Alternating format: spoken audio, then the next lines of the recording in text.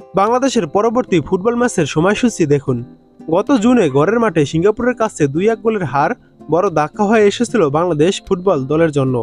হামজা রেদওয়ান চৌধুরী সহ প্রবাসী ফুটবলারদের আগমনে দর্শকদের মাঝে যে উন্মাদনা তৈরি হয়েছিল তাতেও কিছুটা ব্যাঘাত ঘটে। ফুটবল ভক্তদের মাঝে সেই উন্মাদনা আবারও ফিরে এসেছে। এশিয়ান কাপে খেলার স্বপ্ন বাঁচিয়ে রাখতে আজ বৃহস্পতিবার হামজা জামালদের প্রতিপক্ষ ছিল হংকং। তাদের সাথে প্রথম লেগের ম্যাচটি আজ খেলে ফেলেছে বাংলাদেশ দল।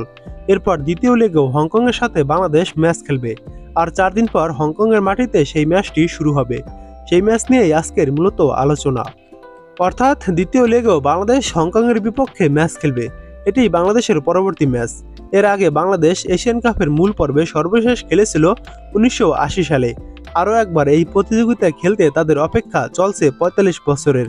আজকের ম্যাচের আগের ভাবনায় বিষয় বাংলাদেশ ও হংকংয়ের শক্তিমত্তাও। ফিফা র্যাঙ্কিংয়ে হংকং চায়না জামালদের চেয়ে 38 ধাপ এগিয়ে রয়েছে। এছাড়া তাদের দলে রয়েছে প্রবাসী ফুটবলারদের আধিপত্য, আছেন 4 ব্রাজিলিয়ান ফুটবলারও। হংকং চায়নার বিপক্ষে কখনো জয়ের রেকর্ড নেই বাংলাদেশের। এর আগে 4 বার মুখোমুখি হয়ে হংকংয়ের জয় 3টি এবং একটি ম্যাচ হয়েছিল ড্র, আজকের ম্যাচটি বাদে। এবার দেখুন এএফসি এশিয়ান কাপ কোয়ালিফিকেশনের বাংলাদেশ ও হংকংয়ের এই ম্যাচটির সময়সূচি।